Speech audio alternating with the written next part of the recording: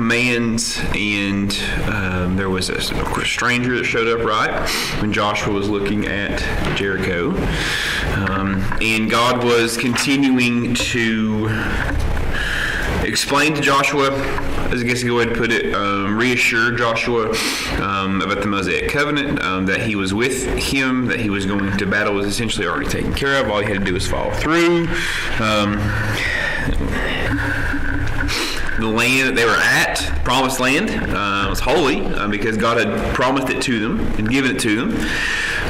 God was present there with them as well. So God was reminding Joshua essentially that this was promise had already been given. This was essentially just the fulfillment of the promise, and they had to just follow through with what God wanted them to do. Okay. And that brings us there to chapter 6, in which we see, again, God continuing to faithfully encourage the Israelites. And we're going to start there in chapter 6 today and finish this up. About God demonstrating or explaining his control to Joshua and in turn the people of Israel. To give them, again, we have to remember, right? Yes, they had just kind of witnessed the miraculous thing with the crossing of the Jordan River and it stopping. Absolutely. And it just kind of building up higher and higher as they walked across it. Yes, they just witnessed it. Yes, it was an awesome thing. Yes, they had just been fed miraculously in the wilderness for all these years. But now there's other people on the other side, right, in these cities that can shoot back, right? They can try to kill them as well when talking about conquering in these different nations. So yes, they had been through miraculous things. Yes, their faith was probably fortified because of those miraculous things. But this was the first time these people had faced an event in which, yes, God told them that they needed to do this, but there's people on the other side, right, that can cause harm. So, at least to a degree, there's some apprehension there, especially on the part of Joshua. As he's looking at this massive city with these massive walls, these massive watchtowers, and the archers on top of them, and just the whole fortification of the city has been just completely shut in now because they were, when anybody coming and going, because they knew the Israelites were out there on the doorstep, essentially. But it just takes one arrow to kill Joshua, right? Or just one sword slash. Okay, so we can understand the apprehension here. So God is, again, encouraging Joshua and in turn the Israelites with these different promises, right? His coming, his command, and as we see here in chapter 6, his control. Okay, so go to verses 1 and 2 there of chapter 6. Now Jericho was straitly shut up because of the children of Israel. None went out, none came in. So the city is closed down, right? The walls are secure. And the Lord said unto Joshua, See, I have given into thy hand Jericho, and the king thereof, and the mighty men of valor. So the Lord states here that Jericho is completely shut up. Nothing in, nothing out. And the reason is because the Israelites are close. And they know that, right? And we've seen this already. The reputation of Israel and Israel's God goes before them. That they know the miraculous things that have taken place. More than likely, some of the Jerichoites probably saw the Jordan River get stopped. That's a legitimate thing that probably happened. They probably witnessed this take place. Okay? So they were so worried about their safety that they were letting nobody in or out of the gates. And the Lord points to this fact. He points to Joshua and tells him this fact as evidence that he had essentially already given the battle over to them. Right? The king and the people were already given over into Joshua's hands. The mighty men of valor as well. We see the last part of verse number 2. That would, of course, be the good soldiers, right? All the things. All these were given over into Joshua's hands. So, in other words, Jericho's army, its king, no fight. We're not going to fight against because God had turned them into little scaredy cats. Right? Little scaredy cats. And God's guaranteeing the victory here.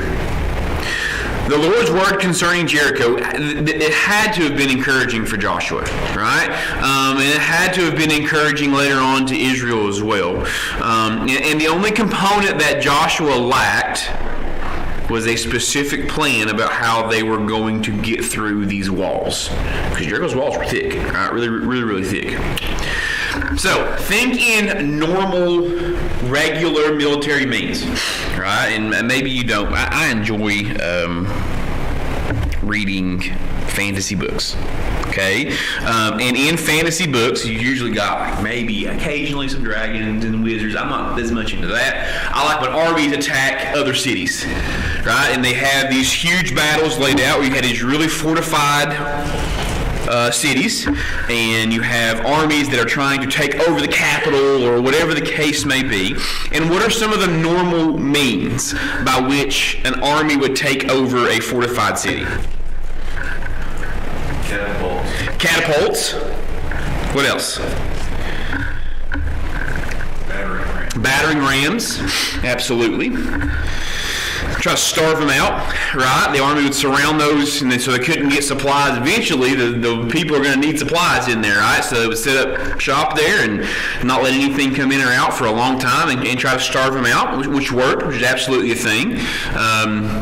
Volleys of arrows over the wall, right? Finding ways to breach the wall with ladders or bridge runners or whatever the case may be, right? Those are all different means, right? We can all see and understand how a normal army would try to attack a fortified city, laying siege to it.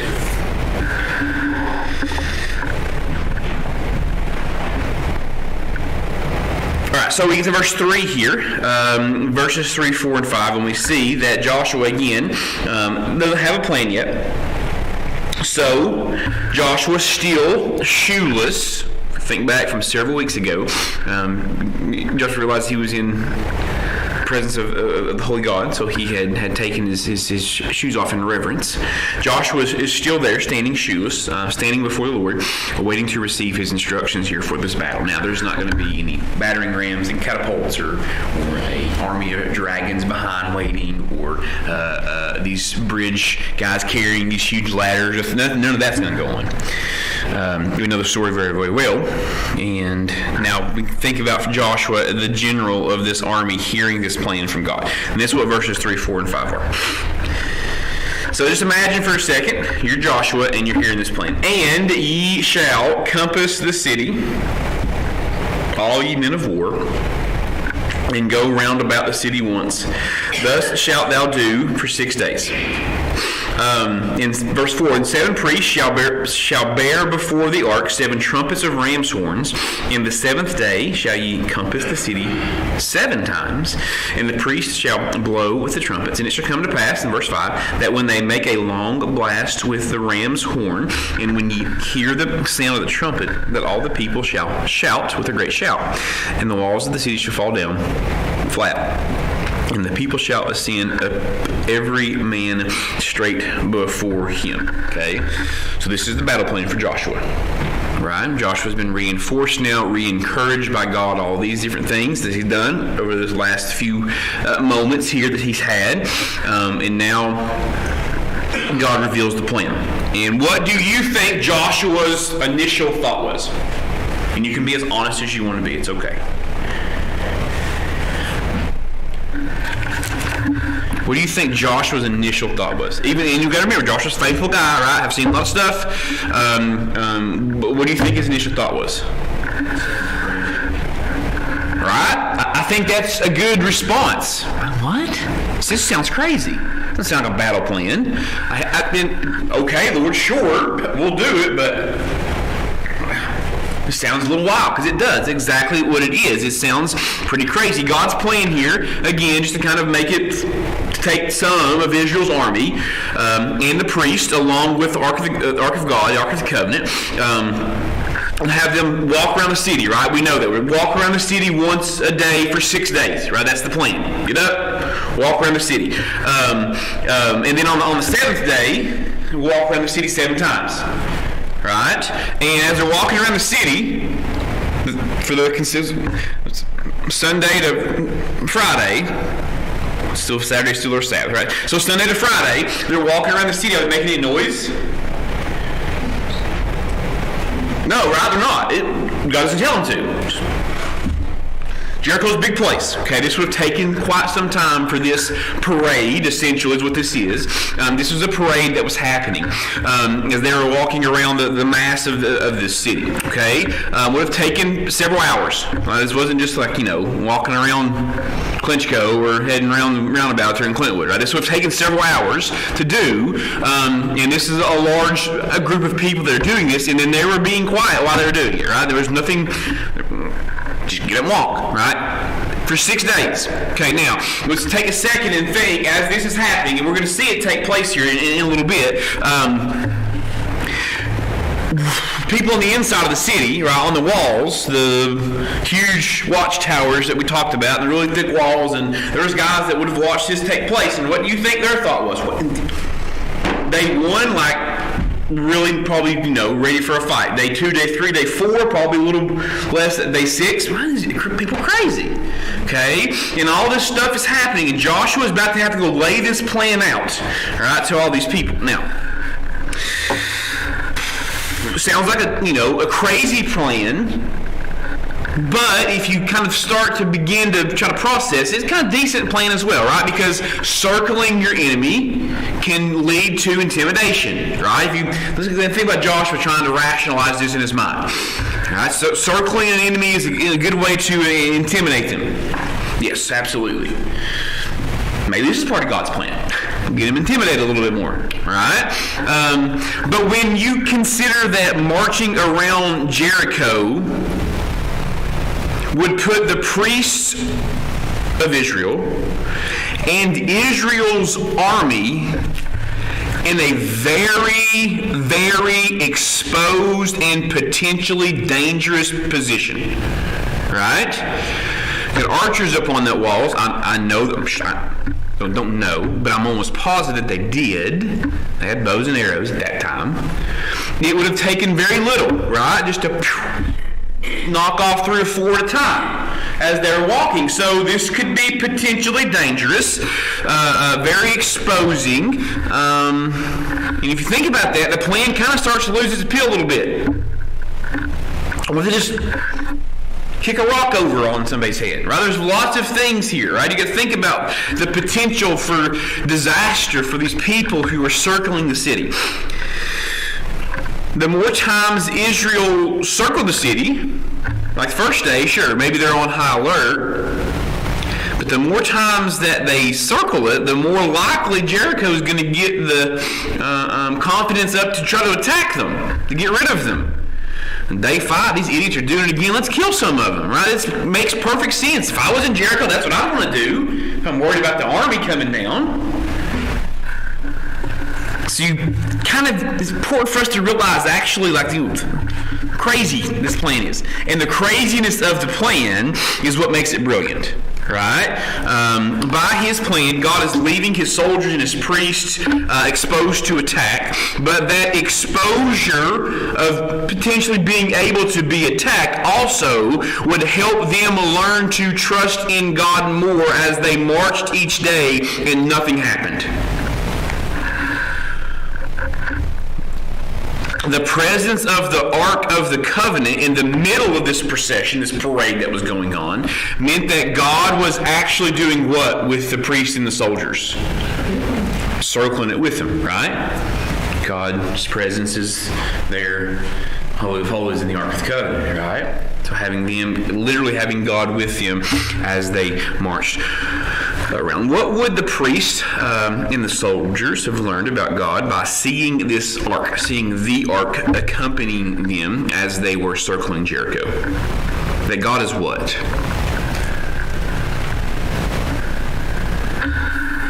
At the Ark of the Covenant, right, the focal point here, where they know it's where God's presence is, right? What does that do for the soldiers? Maybe even the priests, even the people too. He's in charge. Right, so it shows he's in charge. It shows God's sovereignty, right? It shows his that he is in fact powerful enough to guarantee victory for Israel. Right? And we hear this story, and I've heard this story 1,000 times. Right? One of my favorite ones when I was little. Joshua at the Battle of Jericho. Right? We know the song very well. And it never really occurred to me, like, those army, those soldiers were, this wasn't really smart. From a tactical military standpoint, nobody else would do this. And that never really kind of occurred to me.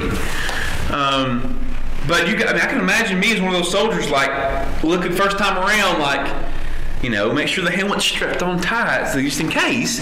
But then they have the Holy of Holies. They have God there with them in their midst. And as they kind of go down day 2 to the city and start to circle around it, right? Maybe a couple of the guys aren't wearing helmets anymore as a sign of, can't do nothing to us, God's with them. And maybe my day 4, they're just walking around like it's no big deal because they understand now that God's in their presence. He's in the midst of them. There's nothing that can go on that can bother them. Not this huge city, not this powerful army, nothing, because God is the one that told them to do this, and it gives them guarantee and encouragement in their faith. And then the sad thing is we continue to move through Joshua, right? And we now see these people not following through some of the things God told them to do. It's like, how do you so quickly forget what God took care of you for in Jericho? You were literally walking around the city which they could have killed you at any time they wanted to, and God didn't allow it to happen. How quickly they forget, right? And it's just like us. That's the same thing for us. And we'll get more kind of that as we move through. So God had more than just a desire here to keep his promise. He also had sovereignty and the power to guarantee that he was going to be faithful to them. Those individuals who were marching around Jericho learned what it meant to be on the side of the most high, most powerful, sovereign God. When God's faithful to them, nothing can stop him. Go to Hebrews chapter 11. Hebrews chapter 11.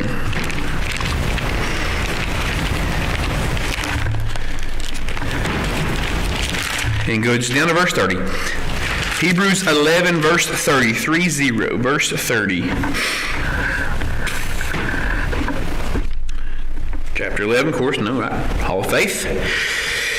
Verse 30, by faith the walls of Jericho fell down after they were compassed about for 7 days. What happened here to any fears that the Israelites felt before taking on Jericho? What happened in those 7 days to those fears? Those fears became what? Faith, right? Those fears became faith because God told the guys to do this, to walk 7 days. What did those guys do? They did it, right? Now, they may have been scared to death on day 1. I would have been too. Absolutely, right? But by day 7, the pace around the wall of Jericho was probably a little quicker.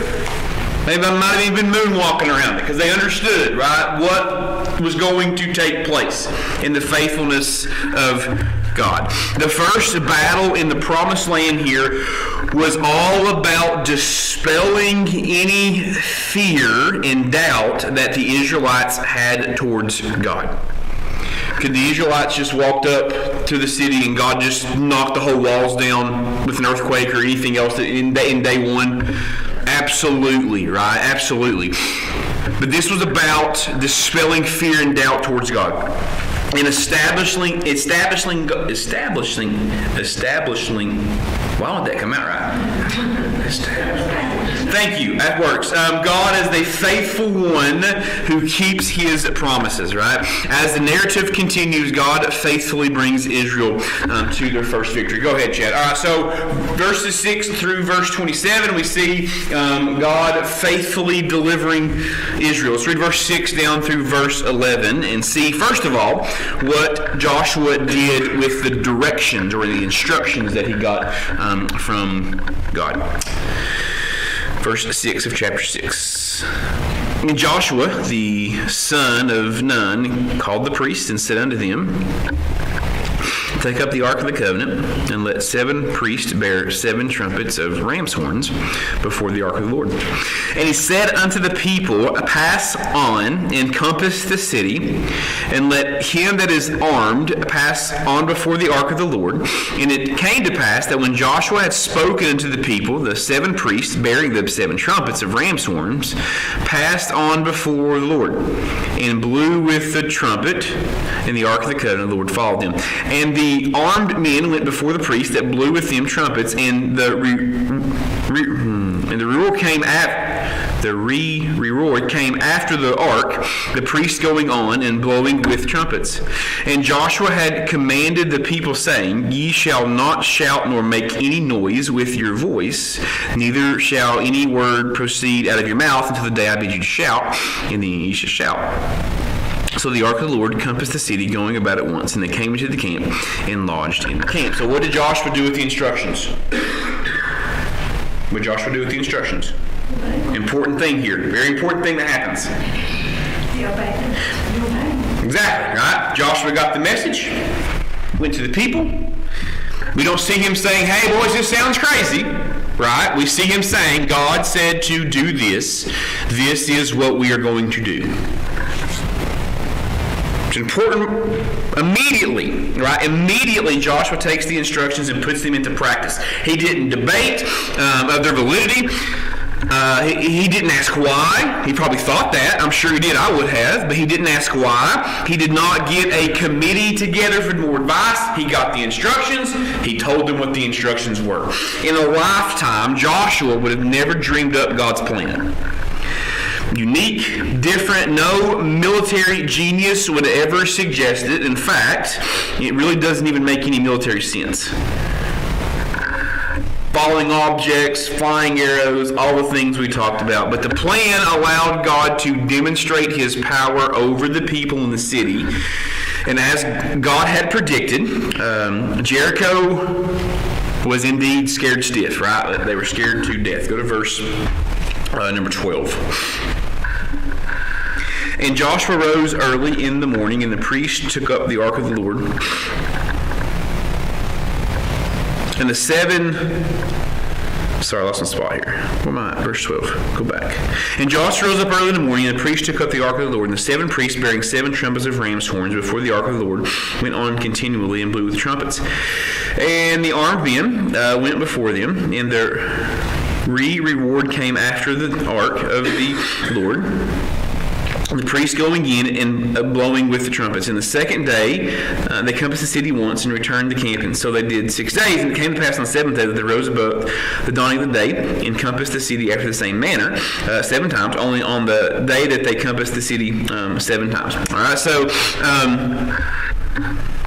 God had predicted that Jericho was indeed scared stiff. They were just as Rahab had described to them, right? Rahab described to them several weeks ago that their heart had melted. That's the way in which she had described this. And they were exactly that. They had completely melted. You could even go as far to say as that they have gone delusional, because they don't do anything. Right? Perfect opportunity here, right? To kill people. And they did absolutely nothing. They refused to draw a sword, draw a bowstring back, pick up a stone of any way to defend their city. Like not even some young soldier, right? Some young guy that was, eager, even tried to throw a spear or a javelin at Israel as they made their way around the city 6 times. 6 acre, right? The city itself about 6 acres long, or big, right? But 6 acres is a very big area, and they were walking around it. Okay, nothing ever, and they didn't do anything. And essentially, how many times did they walk around the city? 6 plus 7 is. Good, y'all can still do simple math. 13, right? So they've done this 13 times, and the Jerichoites never did anything, right, at all.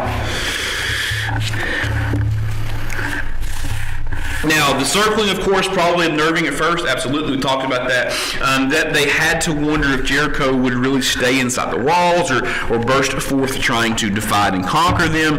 But the further they progressed through the week, the more confident in God they became. Go to verse number 16. And it came to pass at the 7th time, when the priests blew with the trumpets, Joshua said unto the people, Shout, for the Lord hath given you this city. Reason for their shouting here, they'd been quiet for 7 days, or six days, right? They'd been quiet while doing this. That would have been hard to do.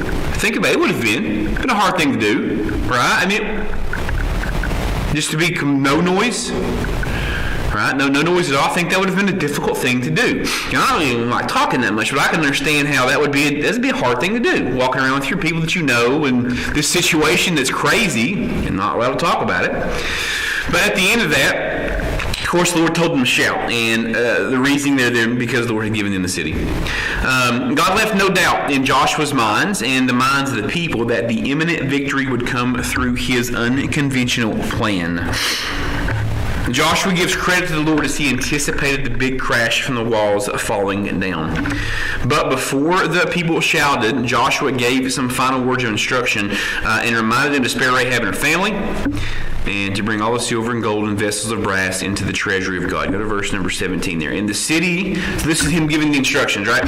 So the Lord shall, for the Lord has given you a city, and the city shall be accursed, even it, and all therein to the Lord. Only Rahab the harlot shall live.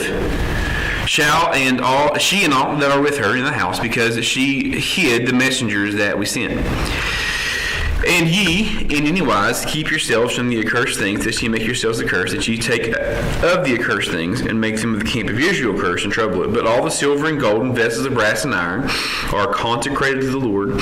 They shall come to the treasury of the Lord. All right, so Joshua, we need to make this point, okay, and we'll come back to this later on. Joshua tells them the instructions on the 7th day of the 7th trip. We get a shout. God's going to bring the walls of Jericho down. And then what is after the walls have fallen, what are they supposed to do? What are the Israelites supposed to do? Kill everyone, and then do what with the stuff? The spoils. What are they supposed to do with the spoils? Gold and silver for the treasury. Gold and silver for the treasury. Vessels of brass and iron are consecrated, and all of those are who? Those things, the precious things, the spoils are whose? The Lord's, right? And if they were to bring them back to their own place, verse 8 to 18, and if and ye in any wise keep yourselves from the accursed thing, lest ye make yourselves accursed, right? And what ye take of the accursed things, they bring those accursed things back, what's going to happen to the camp of Israel? It's very clear. What's it say? It's going to be accursed, right? That's a problem. Gold and silver, brass, iron, consecrated to God. Why does it make sense here for the spoils of Joshua to go to God? The Israelites are the one that are taking the city over, but what does the sense does it make to take those things and give them to God?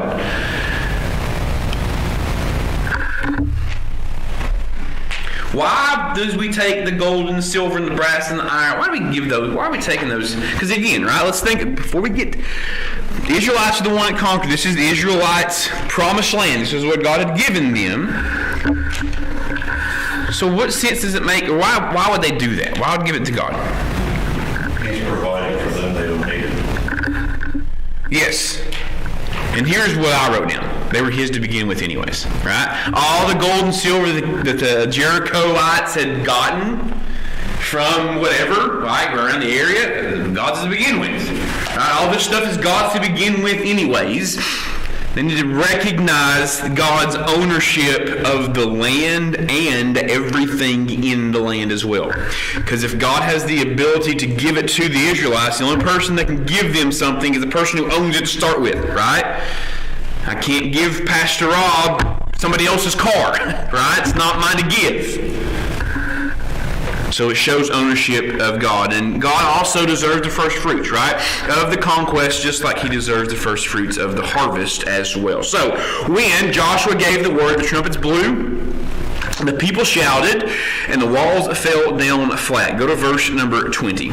So the people shouted, when the priest blew with the trumpets, and it came to pass when the people heard the sound of the trumpet, the people shouted with a great shout, and the wall fell down flat, so that the people went up into the city, every man straight before him, and they took the city, and they utterly destroyed all that was in the city, both man and woman, young and old, and ox and sheep and ass, with the edge of a sword. But Joshua had said unto the 2 men that had spied out the country, Go into the harlot's house, and bring out thence the woman and all that she hath, as we swear unto her. And the young men that were spies went in and brought out Rahab and her father and her mother and brethren and all she had. And they brought all her kindred, and they left them without the camp of Israel. And they burnt the city with fire, and all that was therein, only the silver and gold and the vessels of brass and iron they put into the treasury of the house of the Lord. And Joshua saved Rahab the harlot alive, and her father's household, and all that she had. And she dwelleth in Israel even unto this day, because she hid the messengers which Joshua sent to spy out Jericho. And Joshua adjured them at the time, saying, Cursed be the man before the Lord that riseth up and buildeth this city Jericho. He shall lay the foundations thereof, and his firstborn and his youngest son shall he set up the gates of. So the Lord was with Joshua, and his fame was noised throughout the entire country. So, verses 20 through 27, the rest of chapter 6, there we get the Battle of Jericho, right, that the song is about. So when Joshua gives the word, the trumpets blew, the people shouted, and this is what I think is really cool about this whole story, right? When we have had all this snow, and we still have a lot of snow at our house. Haven't seen the grass since December the 20th. That's what it feels like. But we've been out and played in it, right? Built snowmen. I've plowed a lot of it. We've sledded. And we go in, right? And you go through and you knock a wall down of the snow fort, right, or something that you built, right? Or if you're building with Legos or Lincoln logs, and you knock some of the stuff down, knock the walls over, what usually happens to the walls as they fall? They crack. Right, they do, right? But usually to some degree, kind of what? It chunks and kind of stays on top of each other, right? Like taking a puzzle apart. When you go and take that 1,000-piece or 500-piece puzzle apart, and you pick it up, do all the pieces come apart instantly? No, they don't, right? As a matter of fact, when we do puzzles at our house a lot, because Heather and I are old people, but when we go to put them back in the box, like sometimes I keep a lot of it together, so when we do it again, it's a lot easier the next time, right? Yeah, so everybody knows what I'm talking about, right? But specifically here, the walls of Jericho did what? I think this is an amazing thing that sometimes gets mentioned. These walls were stacked high. The watchtowers they had on the corners, I've told you, archaeological digs, they were huge. The foundations of them were huge. They found them over there. They were thick walls. It's amazing that not one brick or block was laying on top of itself, even at the foundation. It was gone. Nothing. Completely flat. That means those walls, those bricks, those stones, had to have turned to what?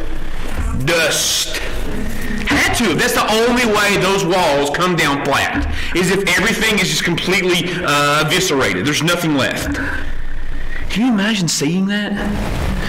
Like, it's not just like these walls teetering, them kind of falling on top of each other and collapsing in. No. That's not what happened here. There were walls, and then there was nothing. Gone. The only way to be able to do that, you know how my brain works. How does this happen?